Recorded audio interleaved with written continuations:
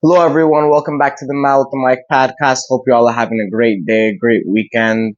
Hope you all enjoying the summer so far. NBA free agency just started. Wanted to give you guys a little recap of day one. Talk about all the little deals where I think some teams might have made good deals or messed up, and we'll get started right away. So yesterday, free agency opened up at 6 p.m. We saw teams like the Magic active. They signed Contavious Caldwell-Pope to a 3-year, $66 million deal. I really like that move for them. He was sliding probably at that two spot for them. They needed a scorer. Obviously, we saw the Magic lost in seven to Cleveland in round one of the playoffs. I really like that deal for them. Obviously, they needed a scorer. That's what Contavious Caldwell-Pope can provide, and to be able to get him on 22 a year, it's really not that bad. He's a winner. He won the championship obviously with Denver last year, obviously before Boston. So I really to bring a vet over, it's a really young squad to bring a vet over, a guy who can lead them, provide a scoring option. In Orlando, obviously, we already know about their defensive capability, but now to be able to get a little bit of scoring, a veteran who can help them out, lead that team deeper into the playoffs. Obviously, to lose in seven is sucks.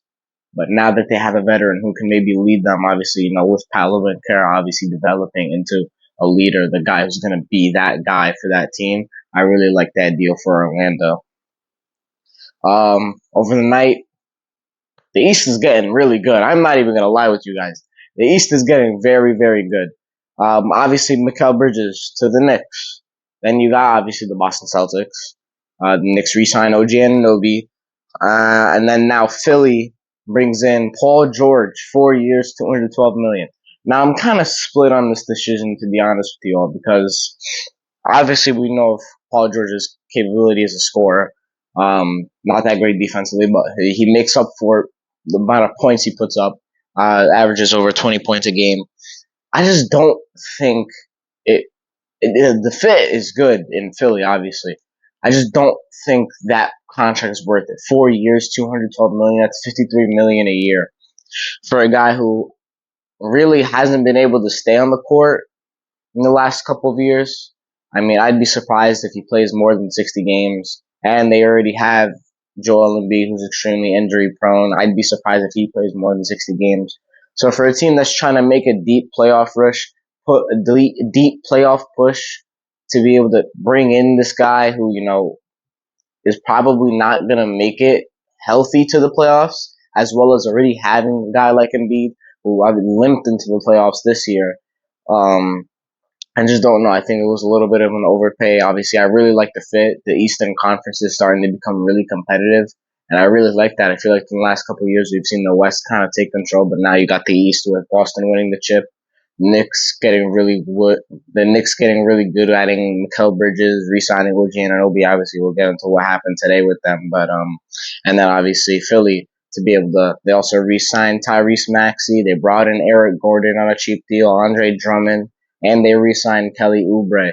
So and they as well obviously they brought in Paul George. So I feel like the East, that top three with Boston, New York, and Philly is starting to cement itself, and the other teams are just trying to catch up. Obviously, we saw Orlando, and then I'd really like to see what Miami and Milwaukee are doing. Two teams who really could be seen as top five options, obviously, with Cleveland as well. Top five options in the East to be able to come out of the East. Really haven't done much this offseason, so I'd really like to see something more out of them in the coming days in free agency. So this morning, as a Knicks fan, Isaiah Hartenstein signs a huge deal with the Oklahoma City Thunder. Sucks. As a Knicks fan, I'm pissed. He was great. Averaged 8 and 8, was a great. His court vision, really, if you watch the games, was unbelievable. I mean, he really opened up backcourt passes for New York. It's going to be really difficult to replace his productivity. Hopefully, the Knicks can grab somebody who, will at least fill the hole somewhat. Obviously, Mitchell Robinson is going to have to step up. He's going to have to be healthy. We can't have, obviously, we know Mitchell Robinson. He's a great player defensively. He averages at least 10 rebounds. He's gonna be a monster on the boards and defensively. He's gonna get his blocks. He just needs to stay on the court. We can't have that for only 50 games a year. Mitchell Robinson needs to prioritize getting a little bit stronger this offseason, prioritize his health, make sure he's good for the season.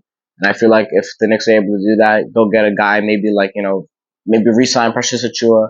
Don't know if they'll be active on the big man trade market. Possibly you could see someone get grabbed there or just sign a free agent like Gogo Bazatse. But I guess we'll see what happens with that. On the Thunder side of things, it's interesting for them because obviously Isaiah Hartenstein's a great player. I love to see him, get that big deal, 3 years, 87 million. But I just don't know where he's gonna fit. Is Chet Holmgren gonna play the four spot? I don't know what that lineup could look like. Having two 7-footers in the lineup with Holmgren at the four and Hartenstein at the five, or if Hartenstein comes off the bench, I don't really know why they. I don't really know if they pay 30 million for a guy to come off the bench, but yeah, I guess we'll see what OKC does there. Obviously, they also traded for Alex Caruso, so they really could be seen as a team to come out of the West. Obviously, had the number one seed this past year, but really like what they've done this offseason. Have to see how they're gonna spread those minutes and construct that lineup with the additions of Caruso and Hardenstein. Nobody's really left so far, so I guess we'll see what happens there. But both conferences could be coming considerably competitive. Obviously, more stuff to come in the following days. Could see guys like DeMar DeRozan and Brook Lopez get traded. Um, I saw the Warriors are pushing for Lauri Markkanen after losing out on Klay Thompson, who signed with the Dallas Mavericks, 3 years, 50 million. Love that fit.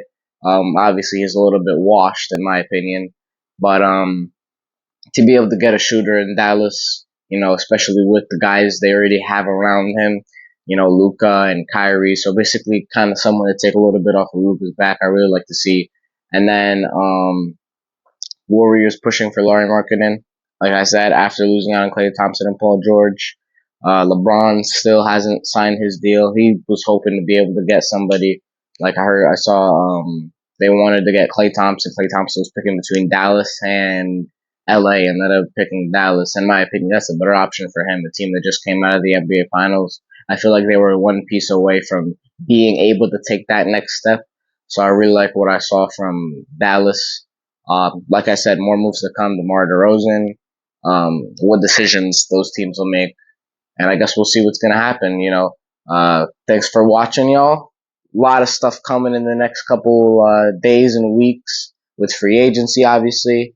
I hope to have another guest within the next couple of days, so you guys might see an episode Wednesday or Thursday with another guest. I hope y'all are liking these episodes. Really, I mean, love the appreciation for my uncle on the last episode. That episode was so fun to be able to make. Talk about the Knicks, the future of this team, and thanks for watching. And I'll expect some good stuff up soon.